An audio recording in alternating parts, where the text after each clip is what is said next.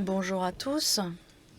Yeah, as indicated, we are presenting Comme today ça a the été findings indiqué, nous vous présentons les résultats C prevalence de survey cette that was étude de conducted prévalence in de l'hépatite C qui Rohingya a été refugee menée camps in dans Cox's le Bazar, camp de Bangladesh. réfugiés de Rohingya de Cox's Bazar au Bangladesh. So a quick Alors, un petit revisit of hepatitis C survol de infection. l'hépatite C, de l'infection par l'hépatite It's an C. inflammation of the C'est une liver caused inflammation by du the foie hepatitis C provoquée par le virus, virus which de is l'hépatite C, le blood-borne. The HCV, main qui est transmission transporté par le routes sang. are Les via blood, vecteurs de primarily through transmission, c'est le unsafe sang, injections or surtout unsafe par le healthcare biais practices. d'injections non sécurisées ou de While pratiques de santé approximately qui ne sont pas 30% sûres. of Et infections à peu are près cured 30% des spontaneously within a infections few months, but the disparaissent majority spontanément au do bout de become quelques mois, chronic. mais la And majorité the d'entre elles risk vont of chronic devenir chroniques. infections Et often ces infections underestimated. So in fact, sont très less souvent than 15 to sous-estimées. S'il n'y a pas de 20% traitement, on of pense que chronic 15 à 30% des infections infections will chroniques lead to vont entraîner severe liver disease. une maladie du In foie grave. 2022, En WHO estimates 2022, l'OMS a was estimé qu'il y avait 242 242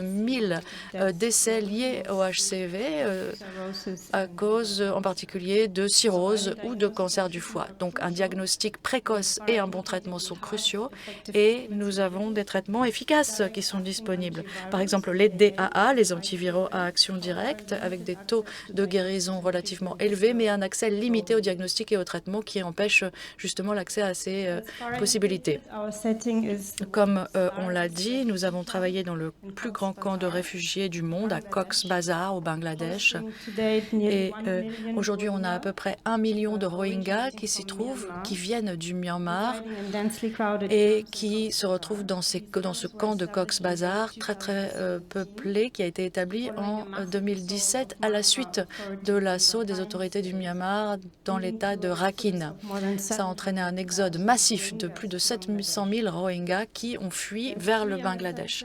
MSF Il y a sections 3 present in sections the MSF qui camps. sont présentes OCP, dans le among camp, other, OCP entre autres, provides the following qui fournit les services: services inpatient suivants. care for adults Un and the hôpital only pour les secondary adultes, healthcare structure c'est la available in the seule camp. structure de There is a santé secondaire qui est PHC disponible sur le camp. Il y a that ensuite besides 2 general OPD services, mental PHC, health and un pour TB, la santé also mentale, targeted hepatitis C OPD care. et une unité de soins pour l'hépatite C aussi plus It was récemment noticed ouverte. since the beginning that many Alors, patients seen by depuis MSF le début, nous avons show vu beaucoup de symptoms of patients et liver un certain nombre de inflammation and patients ont des inflammations decompensation, du foie et des and many tested décompensations hepatitis également C antibody positive. et sont positifs There's aux effective anticorps treatments HCV. available, and Les viral traitements hepatitis DAA sont on the disponibles et sont global efficaces. agenda, MSF Et decided to comme l'hépatite start est sur l'agenda mondial, simplified public MSF a policy décidé model de for simplifier les treatment modèles de santé of publique pour le hepatitis C traitement de in the l'hépatite camps, C dans ce adopting camp, en a model adoptant that was un already modèle qui deployed in avait déjà Cambodia été years déployé before. au The Cambodge quelques simplified années case auparavant. management was Cette based gestion, on cette prise en charge limited simplifiée laboratory se assessments base and sur des fewer tests de laboratoire obligatory limités, visits minimum, et and un certain achieved nombre high cure rates, d'examens cliniques. and the Et on a capacity un was set taux de at guérison 950 treatment très élevé à initiations per month. 94%. Et on a réussi à démarrer Since the 150 start, traitements par mois. it was clear that the Depuis demand le for début, il était très hepatitis C clair que care was la high in demande de the prise en charge camps, de so l'hépatite C at était times très people élevée dans were ce camp. literally Parfois, queuing up les to gens access faisaient la services. queue pour avoir accès So à there ce was an genre, à ces urgent need to services. Donc, better il y avait vraiment un understand the besoin actual urgent burden of de mieux hepatitis C comprendre vraiment infection le and fardeau de generate a l'infection par robust l'hépatite C estimate of the number et of d'avoir une people estimation fiable requiring du nombre de diagnostic and personnes qui allaient treatment. avoir besoin d'un diagnostic et d'un To traitement. respond to this need, Pour we répondre à ce conducted a besoin, cross-sectional nous avons survey effectué une étude targeting adult Rohingya cross-sectionnelle, residing in 7 of the intersectionnelle, 21 camps avec la through population single de random geospatial 7 sampling. camps sur les We 21, targeted 680 un households échantillonnage and included géospatial one adult per randomisé household et nous randomly avons selected into the ciblé survey. 680 foyers avec un To assess adulte hepatitis par C foyer. seropositivity, Pour évaluer la of antibodies, we séropositivité, la conducted a présence rapid d'anticorps, donc antibody nous test avions on des the tests spot. anticorps And since rapides antibodies sur are for place. life, we Et need to puis, understand comme les how anticorps then sont people là are active pour and la vie, on effective, a and this was vu done comment les with participants, comment les an personnes étaient expert hepatitis C virologist infectées de façon looking for active. Donc, hepatitis nous C avions des tests RNA. de charge virale, We le also test administered expert a HCV. participant Et puis, nous avons questionnaire aussi with 4 proposé un sub-factors questionnaire au associated participant with pour voir les exposure caractéristiques to et les facteurs de hepatitis C. risque associés à l'exposition The main au virus de objective l'hépatite was C. to assess the L'objectif prevalence of principal, c'était active d'estimer la infection in the prévalence de refugee l'infection population, active dans and la among population other, we réfugiée. also looked at the Et proportion of nous avons those regardé la undiagnosed proportion and des aimed to personnes infectées identify qui n'avaient factors pas été associated with diagnostiquées pour hepatitis identifier C les facteurs exposure. associés avec l'exposition au virus. Between May and June, Entre mai et juin de l'année dernière, nous avons 641 participants avec un âge moyen de 44 ans, 34 pardon, 66% de femmes, dont la plupart étaient arrivées pendant l'afflux massif de réfugiés dans le camp en 2017. Et ici, vous voyez les premiers résultats et la prévalence estimée et le portage d'anticorps. Et 32,8% des femmes étaient porteuses de ce virus et 22% chez les hommes. Donc on avait des estimations qui étaient beaucoup plus hautes chez les femmes. Et pour tous les groupes d'âge étaient affectés et la tendance était à l'augmentation pour les groupes d'âge les plus élevés et en particulier chez les femmes.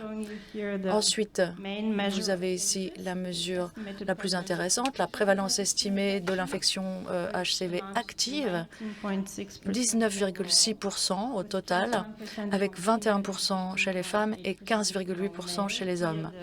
Ici, la différence n'est pas significative. Pour ce qui est des catégories d'âge, c'est les plus jeunes qui étaient les moins affectés et la prévalence la plus élevée se retrouvait chez les groupes de population féminines les plus âgées. Un autre indicateur intéressant, c'est le ratio virémique, qui est le pourcentage d'infections actives chez les personnes séropositives, qui est très élevé ici dans ce contexte à 66,6%. Ça reflète ce qu'on a dit sur les infections, 30% guérissent spontanément. Donc on a un gap ici dans la couverture du traitement de l'hépatite dans ce camp. Et on a aussi une correspondance avec le rapport sur les participants séropositifs puisque 38% faisaient état d'un diagnostic précédent et 10% faisaient état d'un traitement précédent pour ce virus. Donc on a vraiment un manque de connaissances sur l'infection HCV dans ce camp. 48% des personnes interrogées n'avaient jamais entendu parler du HCV, 65% ne savaient pas comment on pouvait empêcher l'infection et 58% ne savaient pas qu'il y avait un traitement qui existait, qui était disponible. Parmi les personnes qui avaient entendu parler de l'hépatite C, et il y en avait une proportion assez importante qui était en mesure d'identifier le vecteur de transmission, en vert ici, le sang, et le partage de rasoirs ou d'aiguilles, de seringues. Il y a une proportion aussi très importante qui avait dit qui avait indiqué des modes de transmission qui n'étaient pas exacts, par exemple contact sexuel, gouttelettes respiratoires ou la nourriture. Donc un manque de connaissances criant dans ce camp quant à l'hépatite. Les facteurs associés à la séropositivité au HCV. Alors, une analyse régression multivariée ici. On a le sexe, plutôt femme, les groupes d'âge au-dessus de 25 ans, injection médicale et intervention chirurgicale aussi associées avec l'exposition. Et on voit que de nombreuses personnes ont indiqué avoir reçu des injections médicales, 70%, alors que très peu de la population nous ont indiqué avoir subi des interventions chirurgicales. En résumé, presque un tiers des adultes avaient été exposés aux infections HCV. On a une épidémie généralisée ici dans le camp, avec à peu près un adulte sur 5 qui présentait une infection active au HCV. Et si on extrapole ça à la population générale des 21 camps, eh bien, on peut penser que 86 000 adultes vivent avec l'infection active au HCV dans ce camp ou dans ces camps. On a aussi une indication qu'il y a une couverture du traitement très basse, très faible et très peu de connaissances concernant l'infection par le HCV dans la population. Et je vais maintenant passer la parole. J'espère que vous écoutez. Parce que avec ce résumé, on voulait faire une petite pause pour revenir vers vous, le public, et vous poser une question. Parce que quand vous voyez ce résumé, ce scénario, que recommanderiez-vous à MSF de faire?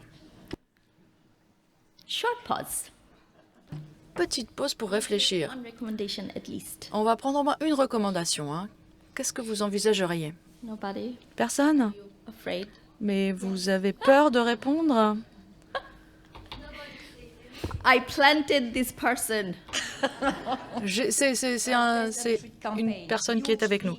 Une campagne de test and treat, test et traitement énorme de la part de MSF et des autres acteurs présents sur le camp aussi rapidement que possible.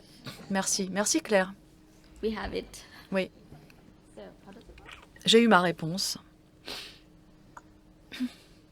So, of course, Et we have to listen to évidemment, il faut écouter notre directrice médicale. our recommendations. Donc nos recommandations, ce à quoi nous appelons évidemment une campagne massive de tests et de traitements pour tout le camp, pour laquelle il nous faut une accélération rapide de l'accès au diagnostic et au traitement, mais il ne faut pas aussi casser la chaîne de transmission. Donc ça veut dire qu'il faut mettre en place une initiative à grande échelle de prévention et de promotion sanitaire. Et ça, évidemment, ça entraîne un certain nombre de défis, de challenges, parce qu'il s'agit là d'une population très fortement stigmatisée. Même pour publier les résultats de l'étude, il a fallu effectuer des analyses de risque. Nous ne voulions pas que les données soient instrumentalisées politiquement auprès d'une population déjà fortement marginalisée et stigmatisée. Donc il y avait un intérêt décroissant des donateurs pour cette communauté Rohingya. Donc de nombreux problèmes restent en place qui sont en compétition avec ce genre de programme. Il ne faut pas oublier aussi le coût d'une telle campagne. On pense que 8,6 millions d'euros seraient nécessaires pour simplement effectuer les tests et les traitements si on voulait mettre en place une campagne. Donc évidemment, on ne parle même pas des RH, bien sûr. Ça sera un coût énorme parce qu'il va falloir que ça se fasse très rapidement. Et le coût, évidemment, n'est pas négligeable. Mais si on ne traite pas cette situation, si on ne fait rien, comme on l'a dit précédemment, il y a énormément de cas qui vont s'aggraver et donc ça va mettre encore plus de pression sur le système déjà débordé de santé du camp. Alors, comment est-ce qu'on va avancer? Eh bien, MSF ne devrait pas rester seul là-dessus. C'est pour ça que nous appelons à une initiative multipartenaire dans le camp. Il y a des discussions qui sont en cours actuellement.